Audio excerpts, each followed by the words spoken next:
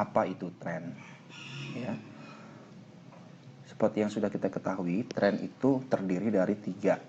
Ya, tren naik, ya, up, kemudian down, tren turun, dan dilanjutkan juga dengan ada yang disebut dengan sideway. Itu areanya yang bergeraknya secara seimbang, ya, sideway. Oke, kita mulai dengan pengertian tentang downtrend.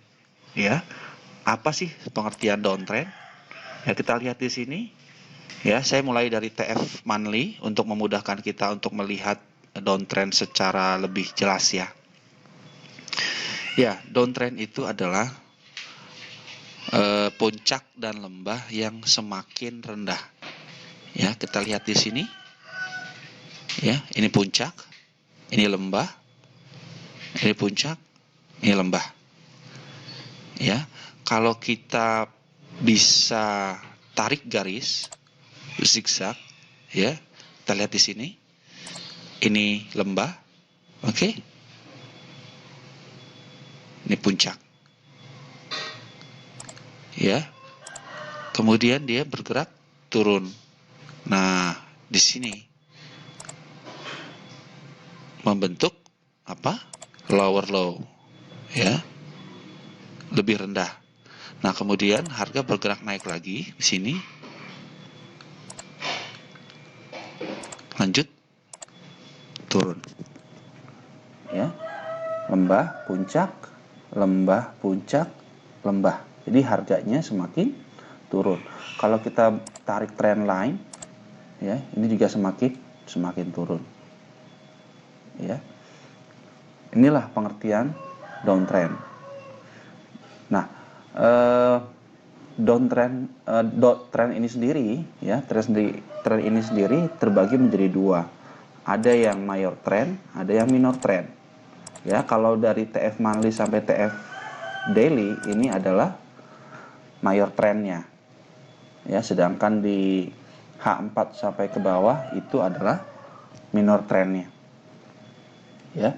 Nah, kalau kita lihat di monthly ini disebut dengan downtrend. Tapi kalau kita lihat di weekly, ya, pergerakan dari sini ke atas, ya. Nah, ini adalah korektifnya, ya. Ini adalah korektifnya, gerak korektifnya, ya. Gerak korektifnya. Nah, ini adalah gerak utamanya atau impulsnya, ya, atau impulsnya seperti itu. Ya, jadi kalau kita lihat di weekly, ya, nah ini dia, oke, ini naik. Nah, naiknya inilah, ya, kalau kita lihat di sini, ini korektif sebenarnya. Kenapa? Karena kalau kita lihat di CF besarnya, ini adalah downtrend sebenarnya. Oke. Nah, apakah kita bisa melakukan buy atau sell dengan melihat kondisi seperti ini? Tentu bisa, ya. Kita tinggal melihatnya. Nah, kita lihat di sini. Ya, ini harga bergerak turun. Lihat ini ditandai dengan drop yang panjang di sini. Kemudian naik lagi, drop. Oke. Nah, idealnya adalah kita mengikuti major trendnya. Ya, walaupun kita menggunakan kecil, ya, contoh kita menggunakan H1. Saran saya kita selalu mengikuti arah tren besarnya. Ya. Jadi kalau kita menggunakan H1 atau H4, jika kita hanya contoh misalkan di sini. Jika kita ingin melakukan buy di sini, ya. Jika kita ingin melakukan buy di sini, ini kita berarti sedang melakukan counter trend sebenarnya. Ya. Apakah diperbolehkan? Boleh-boleh saja. Asal kita tahu batas di mana major trendnya berasal. Ya, contoh misalkan kita lihat di sini. Ya, contoh misalkan kita lihat di sini. Oke. Nah, ini kalau kita lihat di daily, ini adalah batas, ya. Ini adalah batas support resisten yang ada di sini. Ya, kita amati di sini. Kita amati di sini. Nah, jika kita melakukan buy, ya, melakukan buy di TF kecil, hendaknya kita amati juga, ya, tren yang ada di TF besarnya. Dalam hal ini adalah daily sampai ke monthly. Ya, kalau kita lihat di sini, kita patut waspada saat kita sudah berada di area ini. Kenapa? Karena sebenarnya ini sudah berada di area kontrolnya di seller sebenarnya. Kita lihat di sini, itu drop. Setelah dia berada di sini, drop panjang. Oke. Nah, atau berada di sini. Kita buy di sini katakanlah. Nah, kita harus waspada untuk di mana? Untuk antisipasi dropnya lagi. Kita lihat di sini. Nah, ini nanti akan saya bahas di supply demand, ya. Bagaimana kita bisa menemukan area-area seperti ini. Tapi kali ini saya hanya akan bahas mengenai pengertian tren. Tren secara umum. Ya. Jadi kelihatan lebih jelas, ya. Jadi kalau downtrend itu adalah harga bergerak, lembahnya itu semakin turun. Ya, contoh di sini, ya. Kemudian kalau uptrend seperti apa? Kita lihat contoh UJ. Ya, contoh UJ. Saya coba kecilkan dulu. Saya coba warna putih aja ya, biar enak dilihat.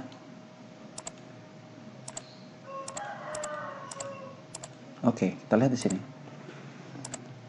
Ya. Kalau kita lihat contoh kasus yang di sini, apa yang Anda lihat? Ya. Kalau Anda melihat dari sini, berarti ini bergeraknya secara downtrend, betul? Ya, saya pisahkan ya. Ini saya pisahkan di sini. Kita amati yang area sini. Oke? Ini downtrend ya. Kenapa? Karena membentuk lower low. Puncak semakin turun. Ya, puncak, lembah, puncak. Ya, ini seimbang, lembah, ya.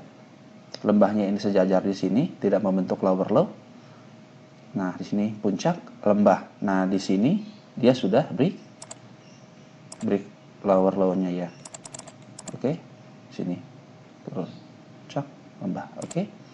Nah, kemudian di sini nih terjadi perubahan ya. Nah, kenapa? Karena lembahnya semakin meninggi. Di mana lembahnya?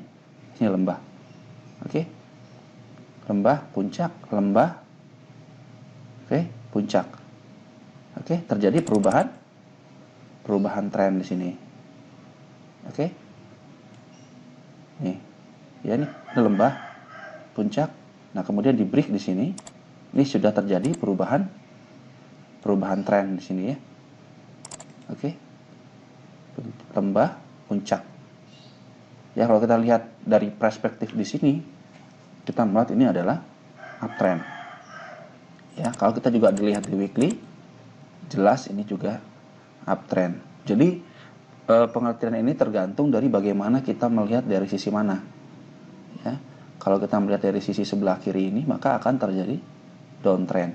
Tapi kalau lihat dari sisi yang kotak yang ini, kita akan melihatnya sebagai uptrend. Nah, kalau kita melihat perspektifnya dari area yang ini, apa yang kita lihat? Anda tahu? Kita lihat di sini. Oke. Nih, lembahnya semakin rendah. Oke. Puncak, lembah. Oke, di sini terjadi breakout. Oke. Puncak, lembah. Oke, puncak, lembah. Nah, di sini dia mantul lagi. Ya, naik lagi ke atas. Kalau kita melihat perspektif yang di sini, maka kita akan melihat ini adalah apa? Uptrend. Kenapa? Karena puncaknya semakin meninggi. Oke. Konfirmasinya di mana terjadi perubahannya adalah di sini. Pada saat dia break di sini, oke, lihat di sini. Puncaknya semakin meninggi. Puncak, lembah. Puncak, lembah. Puncak. Oke. Seperti itu. Ya, jadi idealnya kita melihat tren itu dari mayor trennya. Ya, jangan terpaku bagi Anda yang menggunakan H1. Ya, jangan terpaku Anda melihat TF yang ada di H1. Ya, bisa saja Anda terlihat di sini adalah downtrend. Tapi kalau Anda lihat di daily, nah ini lihat di daily, ini sebenarnya uptrend. Ya, kita lihat di sini. Oke. Ya, ini adalah resisten yang di break. Ya.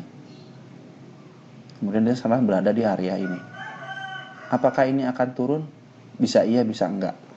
Ya, jadi akan ada dua kemungkinan, dia akan naik ke atas, either, atau dia turun ke bawah.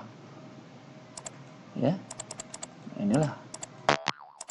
Jadi kali ini saya hanya akan ada pembahasan tentang tren secara umum ya.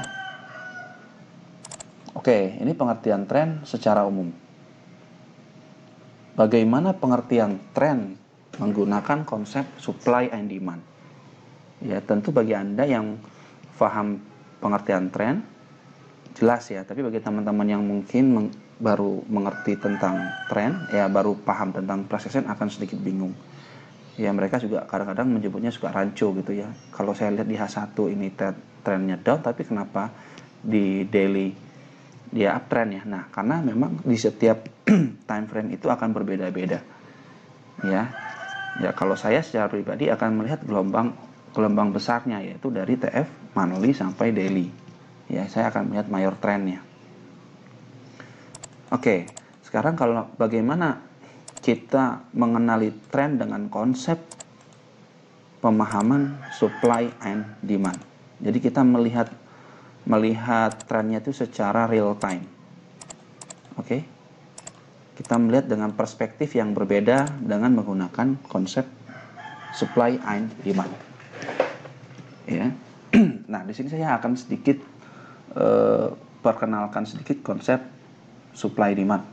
Ya, supply demand itu adalah harga yang bergerak seimbang dan kemudian rally atau drop secara signifikan. Nah, itulah disebut dengan area supply atau area demand. Oke. Nah, kita lihat di sini. Contoh adalah di sini. Oke. Kita lihat di sini, kita mulai dari harga yang ada di sini. Ya. Jika kita melihatnya dari perspektif ini, dari price yang ada di sini, maka kita bisa mengambil kesimpulan bahwa ini adalah downtrend. Kenapa? Karena dia membreakout yang ada area demand. Oke.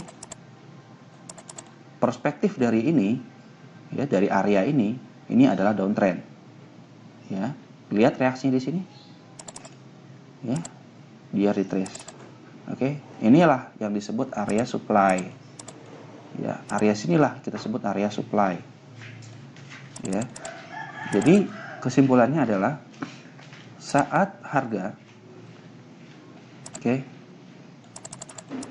saya ambil contoh seperti ini, saya buat ilustrasinya.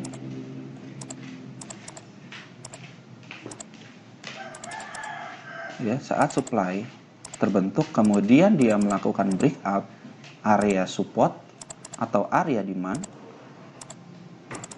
maka ini adalah down sebenarnya. Oke. Oke, ini katakanlah area support ya. Bisa ini support, bisa area demand. Nah, pada saat ini harga naik ke atas, apa pengertian trennya down? Membentuk apa? Lower low dan lower high. Ya, membentuk puncak dan lembah yang semakin rendah. Nah, ini area supply. Jadi kalau sudah seperti ini, perspektif kita adalah harga akan down. Oke. Ini adalah konsep dasar dari supply demand, dan kita bisa gunakan pengertian tren dengan cara yang persis dengan menggunakan konsep supply demand. Ya, berbeda dengan konsep yang Anda lihat tren secara umum yang tadi yang saya bahas di awal. Ya, ini agak sedikit lebih detail tentang konsep supply demand. Ya, inilah sebenarnya ya, tren secara real time-nya.